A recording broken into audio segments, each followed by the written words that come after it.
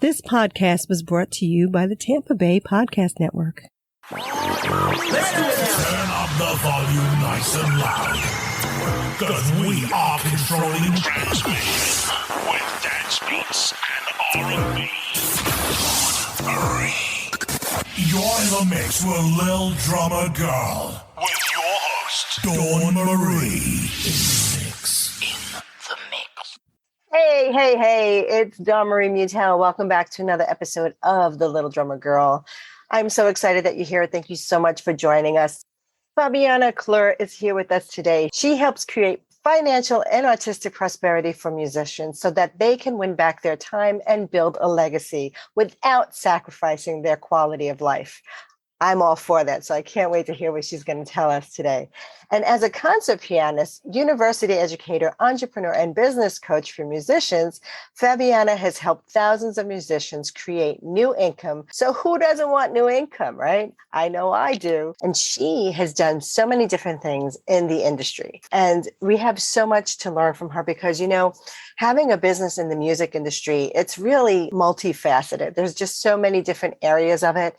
And I want her to come on and show you how you can turn your music into a business so that you can keep pursuing it and making money with it and thriving in it, because there's nothing worse than doing what you love and not making money with it, right?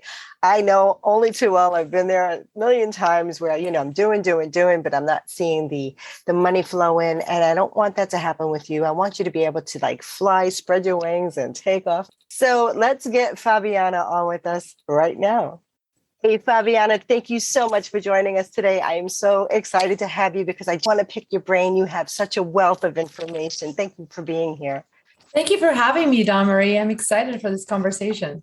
Your background is so varied and it's so intense. And I don't even know where to begin, but I'm going to try to pick your brain as quickly as I can and get the most out of you so that our listeners and viewers today can really absorb, being in the creative world. There's so many aspects to it, right? I mean, we have to do this, we have to do that. There's a million things you have to do, even for just one thing. If you want to just do a show, right? You want to just have a band. How can musicians have a sustainable income? Are there some things that they can do to really hone in and say, let's get serious with this and try to find ways that they can survive in this industry?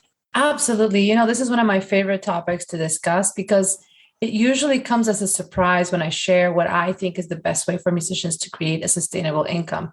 And that is by building an online brand, by creating an online presence, showing all of the things that they have to offer and combining it into one way of serving people through some sort of a consulting or a coaching, some sort of a mentorship structure where people can use all of their skills in music and experiences outside of music and just access them because of the brand that they've developed. I think for musicians and creatives alike, this is the best way to allow people to access your brilliance, to pay premium prices, to be able to have that experience, that expertise given to them, and to give you the freedom to scale and to be able to have time for your creative pursuits, for your craft, and not depending on how much time you're specifically on stage versus how much time you are working with a one-on-one student. No, it's building an online brand, combining all of your skills and allowing the world to access that in one sort of, either a coaching system, a consulting, something like that. Love that. What would you say would be, if they wanted to start building their brand, what are the couple of things that they can do to immediately start to do that, implement that into their business? The number one thing is to understand the power of storytelling.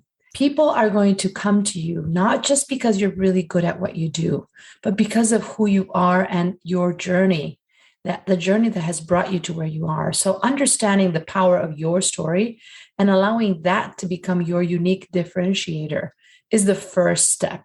Sometimes we take the things we've overcome for granted. We think, oh, well, it's not a big deal. I just did this, I did that in my life. And, I was able to overcome this, overcome that. And it turns out that the things we've developed are actually our greatest superpowers. This is what draws people to us. Yes, we can be great performers, we can be educators, we can be creators, but ultimately what draws people to us is the human being behind the gifts, the skills. And tapping into that is the first step in developing a strong brand. I'm so glad you said that, because it is true. We do take these things for granted when, you may have done all these amazing things that you had to overcome. And because you did get through it, it's just like, oh yeah, okay. Well, it was tough, but really people who have gone through it, they don't realize like how much it took to get them through it. It's like, because once it's over and it's in the past, things get a little bit like, oh yeah, it was tough, but some of them really grueling, right? So I love that storytelling is so important. Do you have any suggestions? I know there's like classes out there to learn how to tell stories and become a better storyteller. Do you have any tips on storytelling? What I like to recommend in terms of starting point is I have a process that I use in the coaching that I do with musicians, which is creating your declaration of awesomeness. It's like a 10-step, list where you just highlight the 10 things about you that you're the most proud of, that have created your approach towards life, that have impacted the way you face obstacles. And so to just list them out very objectively, and then to look from those 10 things, which are the ones that you feel most excited about using to help other people experience some sort of a transformation. To identify now with this list, you can look into your story, into your journey, and to look at the moment in your story where there was a turning point. Because there's obviously nuances and ups and downs in our journey. But when you're trying to connect your story to your brand and to your business, you want to be very intentional in looking for the turning point in your story, the key moment that gave you a new breakthrough, a new insight, a new level of awareness that you didn't have before, and that you now feel motivated to share with others because it helped you. The other thing about your story is that it doesn't always have to mean that you dealt with this problem.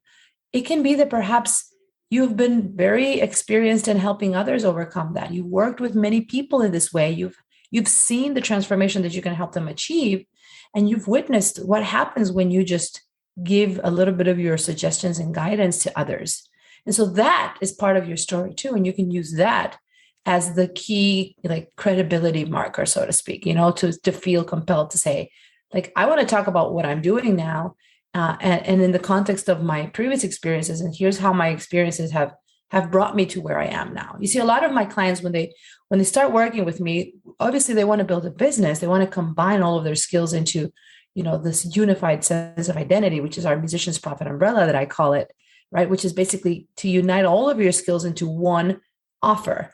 The first place to start is your story, because why are you interested in this offer in the first place? Well, it's probably because you've had a story around that. Either you've dealt with it or you've helped others deal with it. So it's about looking for those connection points between your super strengths, what people really need, and how the moment in your story brought you to where you are now. I love that. That is wonderful, because we do have to start somewhere. We all have a starting point. And like you say, that we've all done so many things. And even from some jobs that I think that people might have had, like you say, they may have been helping other people. They might have worked in hospitals, or might have worked in different side jobs and things like that. They can also share those experiences, I think, is important as well. Burnout is one of the hardest things to overcome. I myself have burnt out my adrenaline glands just from working 80 hours a week when I worked in the music business. And so, do you have any suggestions on how they can avoid burnout and still be able to be successful in their business? Yeah, this is something that is not a side topic to building a business. It's actually the most important part of it. Here's what happens. We tend to see the topic of self-care as a something that's like an afterthought, something we get to attend once we've taken care of business, right? It's very typical for us to seek that immediate gratification that working on our careers gives us, in terms of, we write a book, we get the book out there in the market, or we prepare a concert and we go out, we show on stage, and we see the results of that concert that we've been preparing, or we create a program and then we enroll clients in the program. And we're always drawn to the things that we feel we can see the rewards fastest. However, when it comes to self-care, we don't see the results of sleeping 8 hours a day over the course of 5 years. We don't see those things happen quickly, tangibly. It's something that accumulates over time, right? We don't see the results of walking out every day or going to the gym quickly. Those things take time. So because of that, and because it's also we're responding to ourselves instead of to others, it's much easier to show up when you have a meeting with someone. You're going to show up.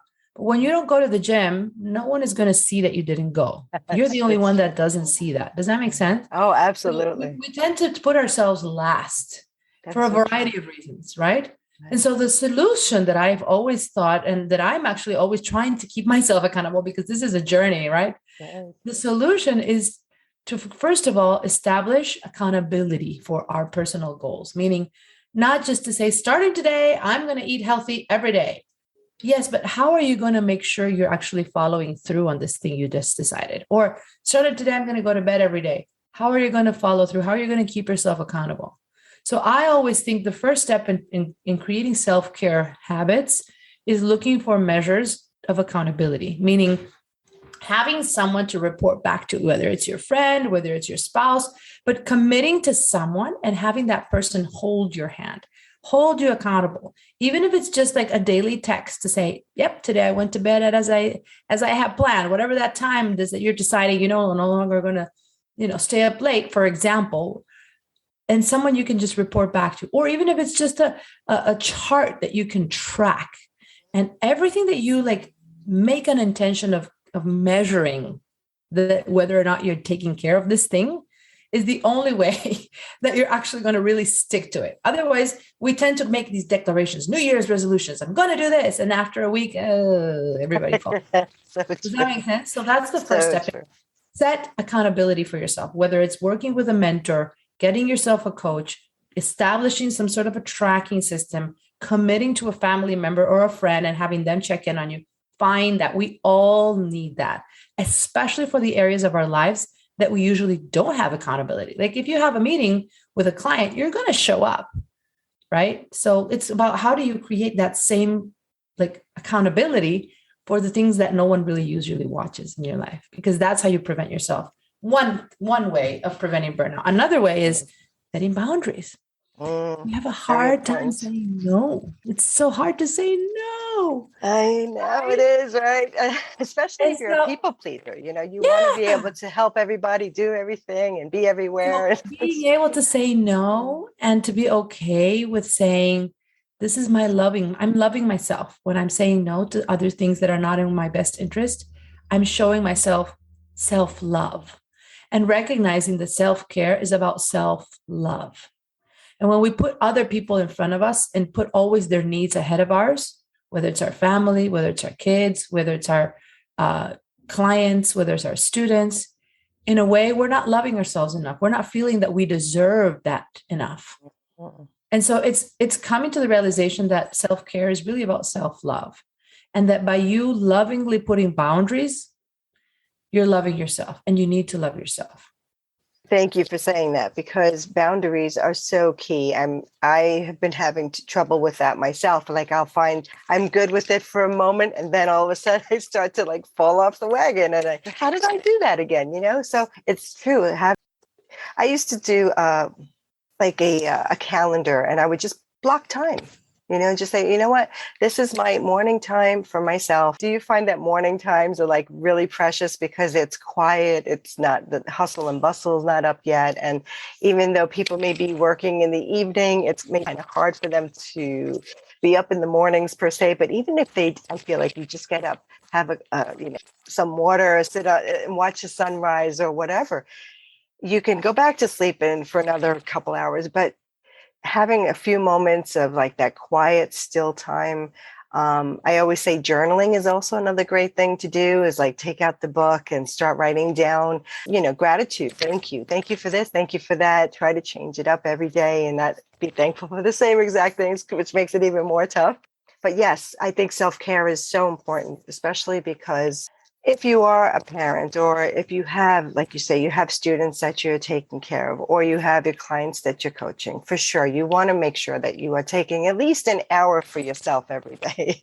So that maybe it's 30 minutes in the morning and 30 minutes in the evening at the end of the day, where you can just relax, decompress, and do something good for yourself. And I love the fact that you talk about working out and all that, because I find, when you work out, you release the stress from the body and you also get really creative. I find when I'm working out, I come up with some great ideas and I'm like, oh, write that down, So, but people do have to get the accountability for sure, because I know how easy it is to just say, oh, yeah, I'm going to do that. I'm going to do that. And then it just doesn't get done. That's why sometimes I'll tell my sister, because I know if I don't do it, she'll be like, oh, did you ever do that thing? It's like, Exactly. That's what I'm talking about. like, yep. Friendly accountability, loving accountability, right? No Exactly. pressure, but yes, accountability. For sure. So how can they integrate their artistic dreams into their businesses while they're actually, doing, because they may have separate businesses, right? They may have stuff that's on stage and that's what they do, but then they may also be doing some programs and teaching. So how can they still create and feel artistic while they're doing those kind of things that they're not, like, say, performing per se? I love that question. Here's what I've discovered from many years of struggling with that myself. For many years, I was so consumed by running my music school, running it remotely. As you know, we have a music school that we ran initially in person for 5 years, a brick and mortar music academy in Miami, Florida. And then we moved to Texas. When I came and built the music business program here at the University of North Texas, we were running it remotely. So it was a lot to handle, running a business remotely, creating a university program. I had two sons, young children. My performing side took a back seat. I just didn't understand, and I didn't find the reason to sit at the piano and practice, especially if I didn't have like a concert at that time, right? It felt like a luxury. And so obviously what happens when we consider things a luxury, like self-care, like practicing, what happens? They get put on the back burner. It took me a step of really hitting a low point in my career of feeling that I was just like a part of me was dead, even though all of my education was all around music. I had a doctorate degree in piano performance all my life. I had been a pianist. I was feeling like part of me was dead. And so I had to really take a step back and look at how can I more intentionally integrate my artistry into my business and everything that I'm building. And it took me to kind of hit that rock bottom point to realize, by uniting all of my skills and building an online brand, guess what? My performing side is part of that brand. Therefore, if I'm going to build a brand and I'm going to become this category of one in the industry as it relates to a musician who coaches other musicians, then guess what? I need to be a musician. I need to be active. I need to be playing and performing and practicing, but not just because of have this concert or that concert, but because it's part of my business now. It's part of the way I build my credibility. It's part of the way I model what it's like to be an active musician for my clients. So for me, the best way that creatives and musicians can integrate their artistry into their business is by creating that online brand, again, coming back to that idea and looking at how this artistic side that they've cultivated can feed into that and build their credibility for the work that they're doing, helping others. That's the secret sauce that I discovered and has helped me be able to bring back my artistry, my creative side, even though I work, as a business strategist for musicians.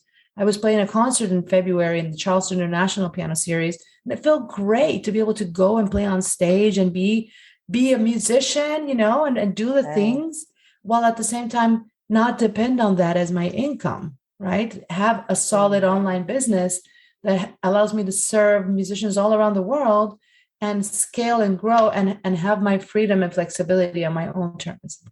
That is fantastic. And I really love that so much, because it's true. I think we get so tied up with everything, or the minutia sometimes of the business, and it is very, tedious, and sometimes it's not the fun stuff. It's all the, things that we don't want to do that we have to do, unless we have money that we could just, budgets that we could hire everybody else to do. But most times we don't have that, right? So we wind up doing it ourselves. And like you say, keeping the musician in you alive, because it will help you build on so many other things. What are some ways that you can say they would be able to create additional income from what they do besides performing? I know you talked about creating the brand, but are there other things that they can do? Do you think that teaching and creating courses online, and it's just a great thing to do right now? I know it's pretty popular right now with online courses. Well, here's what I'm going to say about online courses. I have a different approach to creating an online way of people to work with you, an online way to help. I believe the quickest and the best way for musicians to make money is by creating online programs, not courses. And what's the difference? Well, what I think the benefit of creating an online program is that you can make it a very high touch experience for your clients, where there's a combination of pre-recorded materials, like in a course, but there's also the hand holding, the one-on-one support, the guidance, the high level of personalization of the materials that allows you to really add value and elevate the price point because of that high touch component that only a high ticket program provides. When we look at low ticket courses and pre-recorded things, they are really good for when you already have an established brand, already have a machinery behind you, you're widely recognized, you have a large following, and you can afford to just put out little bits of your brilliance on a pre-recorded course and just sell that for very cheap because it can sell in mass scale. But when you're just starting, it's actually easier to package your skills into some sort of an online program where there's a combination of teaching what you're trying to get people to learn and also coaching and helping and guiding them, whether you're teaching them music, whether you're teaching them how to build concerts, how to create concert opportunities for themselves, whether you're teaching them how to produce music, whatever it is that you're teaching people to do, to combine the pre-recorded elements with the live touch. And so in doing that, you can really charge premium rates because it's really a unique experience, and people who already know you and trust you and are in your world, which is the way most musicians, at least most of my clients, have been able to successfully start their high ticket music businesses, are going to come to you and they're going to be willing to pay whatever you need them to pay because of that unique opportunity to transform them. You're not just giving them information like a course would. What does a course do? A course gives you information. But we all know that people who buy low ticket courses end up leaving 80% of it not watched. 80% of people don't even complete it when they pay little money, when they're just like, it just ends up in a cemetery of courses. However, when you build a high touch program that includes this personalization at a premium price point, people show up and invest and commit to getting results because they have higher stakes in the game. You know what I mean? I do, because actually you just made me think about something, even though it's totally different. But I remember trying to quit smoking cigarettes years ago, and it was having such a hard time. And then they came out with this laser thing, and I thought, okay, it was $400. And I'm like, oh, okay, fine. It's probably not going to work. I'll do it anyway. So I wind up doing it, and I didn't want to smoke. I had lunch. I didn't want to smoke. Had a fight with my boyfriend. Didn't want to smoke. I had a glass of wine. Didn't want to smoke. And I'm thinking, okay, did they do a lobotomy on me or something? But then I wind up doing it for my boyfriend at the time, my fiance, and as a gift for him to stop smoking. But I paid for it, and it didn't work for him. And I think it's because he didn't put the investment into it himself, so it didn't work. But that's to me like a similar situation where if you put the money and the time into it, then you're going to get the rewards back. But if you don't, it's going to be like, well, it was just like you say, it was just a low figure. I didn't spend a lot of money. So if I didn't finish it, no big deal.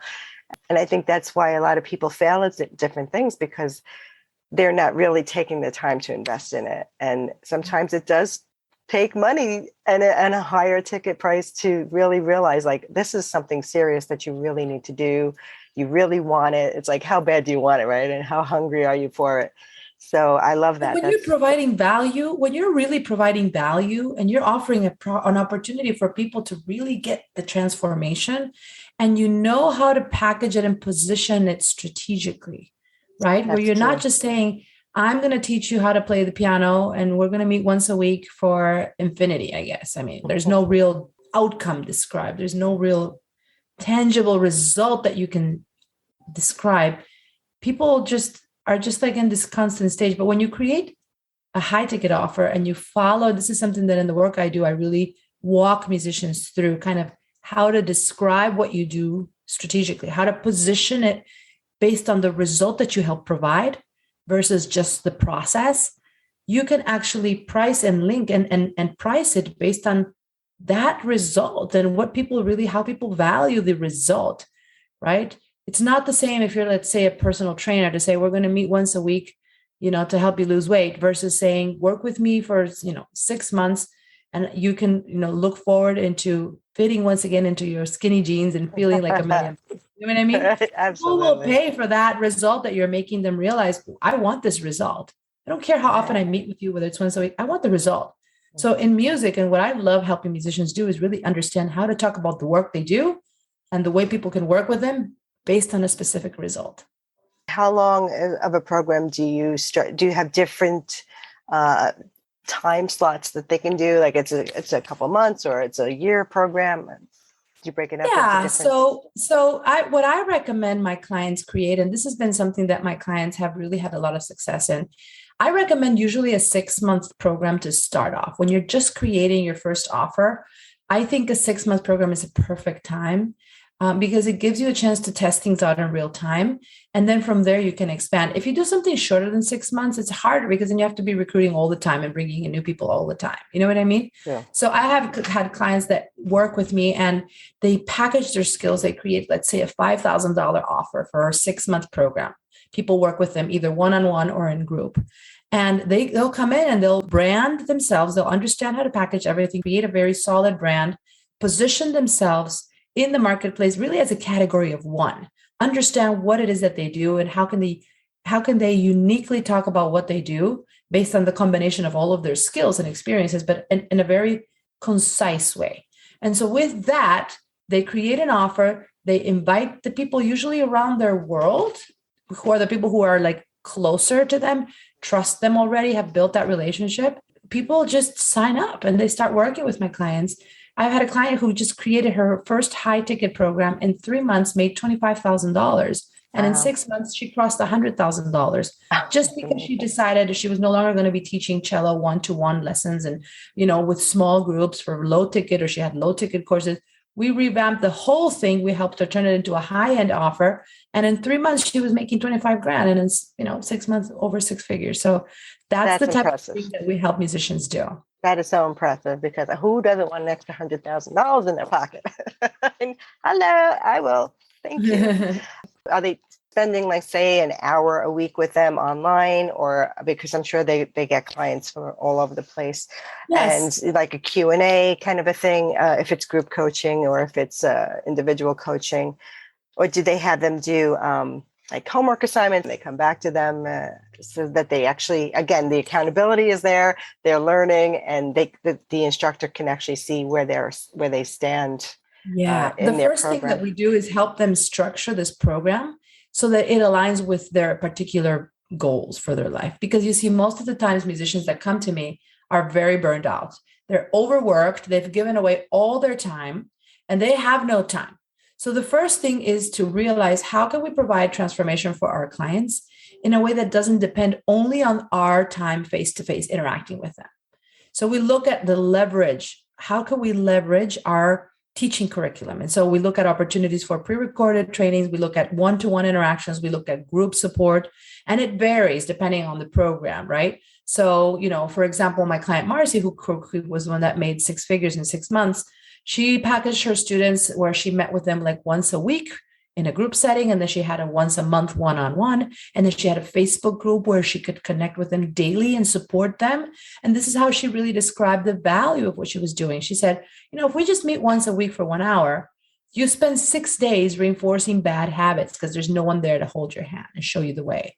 Versus in my program, right? And it's all about positioning it and showing students what the value is. In my program, we'll have a once a week kind of masterclass session in groups, but then you'll also have a chance every single day to post questions in the group and get support from me and my team. And you can also send me a weekly video recording and I'll give you feedback on that. And then we'll also have once a month one-on-one session, and we'll have guest speakers, and we'll have extra technique-based workshops, and we'll have all these things that you can leverage the internet to create a beautiful experience and charge premium prices for it, because it's unlike anything they've ever had before. That is wonderful. That is just amazing. I love it. And I'm all for it. Especially because we have the internet these days where we can do something, like this right now. And it's just, to me, it's so amazing because so many years ago when we would do like video conferences, it was like it was like jumping through hoops to try to get a video conference call together, so it's have it in your home, on your home computer, and most families have a home computer today, so that's like not an issue. And even if you didn't, you can still use your phone, and it's just amazing to me. Anyone can create an online business these days. There's zero barrier to entry, right? Absolutely. That's a good thing, but it's also a bad thing. Why? Because there's a lot of saturation in the market of everybody wanting to call everyone's attention. So the reason why I'm so passionate about the Musician's Profit Umbrella philosophy, which is about don't see yourself as 5 different people doing 5 different things. Look at the common thread that unites all of those interests that you've created, that unites this expertise, and create one program, one offer that uses all of the skills, and one brand that people can connect you and associate you with, like, oh, this is what you're really specialist at. This is what you do. I get it. While everyone else is talking about 5 different things that they can do, if you become a category of one and understand how to position it, this is something that I help musicians do all the time.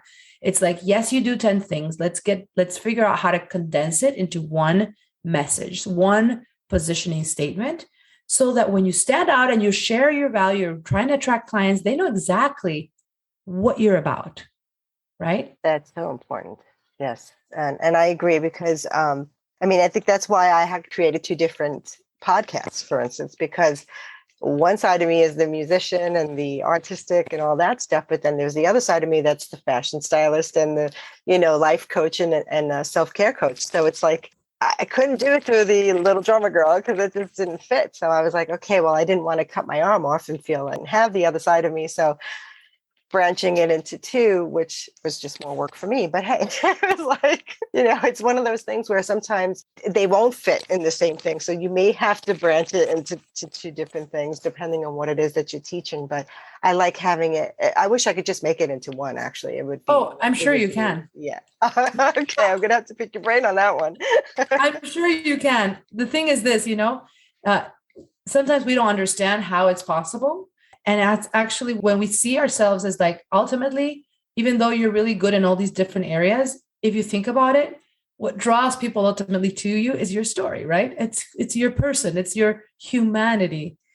And that's the common thing that helps kind of put it all together at the end of the day. So when you think about it from that lens, you realize that you have plenty of opportunities to condense the different areas of your life and to really help people see who you are over all these different interests and over all these different endeavors and ventures that you've had. What's the bigger version of you? What's the united sense of identity? You know what I mean? And it's a beautiful process. Thank you. I have to sit there and think on that for a little while. But, they always say, what is it? Jack of all trades and master of none. I'm like, well, I'm jack of all trades, master of some. It's like, because when you are an entrepreneur, when you do have your own businesses, you do have to wear all the different hats yourself. And absolutely. So you get good at doing things that you normally wouldn't want to do, have to do, but because you had to do them, you get good at it. And you're like, oh, didn't even know I had that skill, like accounting. I hate accounting. I hate numbers, but yet I'm good at it. And I'm like, why am I good at something I hate? So it's just like, but then again, in music, everything is mathematical anyway. So, yeah, balancing books. I remember one time working for a real estate developer back in the 80s, and they had me doing the bookkeeping, and I'm like, well, I'm not a bookkeeper. He goes, oh, we'll teach you, we'll send you to school, blah, blah, blah. So they send me to Baruch College, and I'm taking this night course on it. And then I'm short a penny. And my boss was like, well, you got to balance the books to the penny. And I'm like, are you kidding me? I wound up having to go like 7 years back to find a penny in this. And I was like, okay, this is why I don't like numbers. This is why I don't want to do math. But, and those little things can make you really good later in life, because the training you had in something that you didn't even know that you had to do can help you in your business. And I know as musicians and creatives, business is usually the last thing on their mind because you want to do all the creative stuff. So do you offer ways on how they can become better businessmen as well? Yeah. I actually like drawing parallels between being a musician and being an entrepreneur. Oh. I think there's a lot of things that we develop in terms of skills in music that are easily transferable to the business world. And once we start discovering how many parallels exist between music and business, we become easier at the transition. We don't see it as something foreign. We embrace it more welcoming. I remember the first time I started learning about business, I realized I had never thought of myself as an entrepreneur. Yet looking back at all of the things that I had created in my life and how entrepreneurial I had acted and built festivals and created things, I realized, oh, I guess I was an entrepreneur. I just didn't know it. I just didn't define it. So I actually think musicians are naturally entrepreneurial just for the very nature of what we do day in and day out. What do? We create, we showcase it, we present it to people. We don't know how it's going to turn out, but we go anyway and we stand on stage and we do it. And then when sometimes things go wrong, we have to adapt in real time and improvise and just make it work without a chance to get to say, never mind, I'll start over. We just have to figure it out, right? Then sometimes people will respond positively. Sometimes people won't respond positively. And we need to be able to deal with that, deal with accepting and dealing with rejection. All of these things are part of being a musician, and they're also part of being an entrepreneur. So I love really helping musicians tap into the similarities and understand that you have already a lot of the things that makes entrepreneurs successful. Your willingness to adapt, your willingness to respond in real time to unprecedented circumstances, your willingness to create, to be constantly looking for new ways of doing things, right? Your willingness to not settle, to be always challenging yourself, pushing yourself out of your comfort zone. The moment you learn a new piece, guess what? Now you have to learn another one, start all over again, embracing a beginner's mindset. All of those skills are the ones that make successful entrepreneurs. That is fabulous. That is so true. Thank you. Because I'm sure anyone who's listening or watching right now, so you have to learn, and having that open mind to learning. I always say every day is a school day, right? So we have to learn new things every day and not be afraid of it. And I know somebody who fights technology like she just hates it.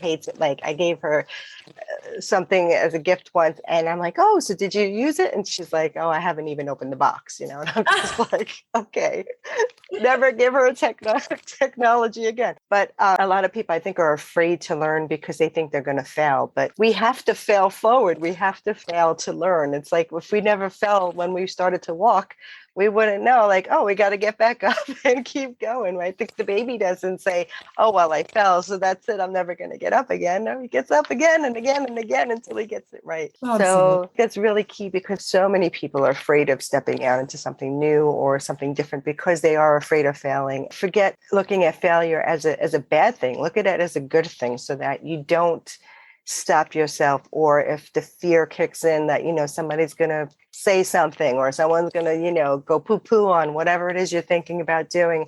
Only tell those dreams to your cheerleaders and not to just anyone, because they can squash it real fast, especially if you're just, you respect what they have to say. And I know everybody loves the person that they're trying to help, but that they're afraid of when you say big dreams to someone can really squash them. And so I always say, protect it. Just do it on your own. If people are out there who are wanting to try stuff and they're afraid to do something, don't tell anybody about it. Just start a little at a time. Baby steps, everything in little micro steps, because the road is long, and the journey begins with your first step. So I always say, just take it slow and don't expect the big things to happen overnight, because I think that's another myth that people think, if I build it, they will come. And it's not the case. Sometimes it just takes, like you say, positioning yourself, finding the right places to find your tribe, that they will come and grow with you. So thank you for all of your wisdom. It's just been so wonderful. And I'd love to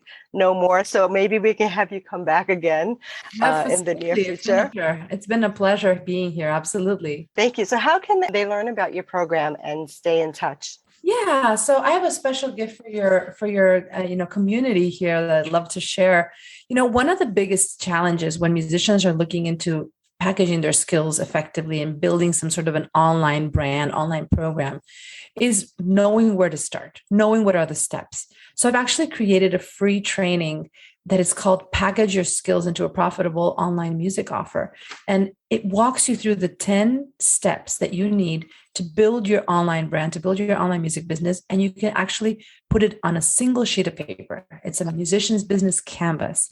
So I really love sharing this training because it gives musicians a walkthrough of how to do this, how to get going with this process of building this. It's easier said than done. So I'm giving you the done, the done training. How do you get it done? You can check it out at fabianaclaure.com/gift. You'll probably put the link in the show notes. My last name is Claure. So that's the spelling, fabianaclaure.com/gift. And I recommend that anyone who's listening, who's curious about how to build your own musician's profit umbrella, what are the steps? That's a free training that will show you how to get started in that process. I also have a free Facebook group where I show up every week and do live trainings. It's called Musicians Creating Prosperity. I have a wonderful community there of musicians who are committed to stepping into a new way of embracing their professional opportunities in their careers. So that's also a great free community. And of course, my signature program is called the Musician's Profit Umbrella, which you can learn more about by visiting musiciansprofitumbrella.com. Awesome. Thank you so much for your generosity. I really appreciate that. And I hope you guys out there will pick up a copy because, there's nothing like getting started now. Don't wait. I remember just waiting when I had the idea to do my podcast. I was researching and this. It took me 2 years before I pressed freaking button to say, go ahead, launch it live, and I'm like, why did I waste all that time? Start now. It's never too late Absolutely. to begin. Thank Love you. it. Thank You're you. welcome. Well, Fabiana, I hope to see you again here soon, and I wish you the best with your adventures, and thank you again for being here. Really Thank you for appreciate having it. me. Thank you so much. It's been a pleasure. So thank you again for stopping by. I hope you got some great information this evening from Fabiana, because I know I did. And I think every day that we think about those things that you want to do, keep them in front of you, put them on your list. I love to have that running list of things to do every day, because you know what? If you don't have it in front of you, it may not be happening. You may forget about it. So, and the other thing is, if you don't write these things down, please start writing stuff down. I mean, I can't begin to show you the amount of journals that I have from over the decades of figuring out all the different things I wanted to get done. And it's so important to write them down, because it does a couple of things. It helps you remember what it is that you want to do, but it also helps your subconscious mind recall the things that you want to do, and let the universe and God and the higher powers, or whoever you call it, let them know that this is something that you really want. So, the law of attraction does exist, whether you believe in it or not. And the more you practice it, the more you'll see that it really does exist, and you can actually live the life of your dreams.